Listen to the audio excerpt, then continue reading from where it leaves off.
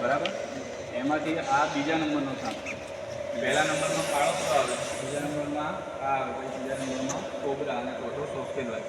આ સાપ સૌથી ખતરનાક છે એના માટે કે આના ઝેરના જે દાંત છે ને ફેંચ એ આટલા 1.5 ઇંચના આવે. એટલે આ તમારો શૂઝ કરેલા ને કંઈ કામના નહીં. એ તમારા શૂઝના અંદર પણ આડ પર હોલ આવે. અને આની વેનમ પ્લેન્ટ પણ એટલી મોટી છે કે તમારા અંદર એટલું બધું વેનમ નાખે. અને એનું વેનમ જે હિમોટોક્સિક છે. હિમોટોક્સિક એટલે કે સામાન્ય નાક કાઢે ને આપણને બેભાન થઈ જાય, નર્વસ સિસ્ટમ મળી જાય. પણ આ સાપ કાઢે ને તો તમારું શરીર સડવા લાગે. કઈ ગયા પછી કોઈ તમે સાંભળ્યો છે હાથ કપાવવો પડે, પગ કપાવવો પડે. આના અંદર હિમોટોક્સિક ગયેલા. બરાબર, હા. એટલે એવું નથી આ ફૂંક મારાને નહીં નાખે, વેડે તો જ થાય. એ બનાના અંદર તો પ્રેશર કુકરની સીધી આવે ને એટલો અવાજ આ કરે. હા, સવારે એવું કરે. હા હા.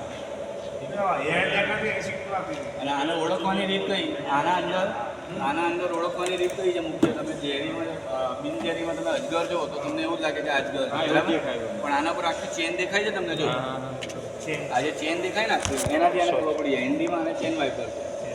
બરાબર, આખી ચેનના હિસાબે તમને અવાજ આવે છે. એક ભાઈ તો અંદર જતો રહ્યો બાથરૂમ કરવા, અંદર લાઈટ નહીં, દરવાજો બંધ કરી દીધો. એકદમ અવાજ આવે એટલે એને આ ભાઈએ તો બચી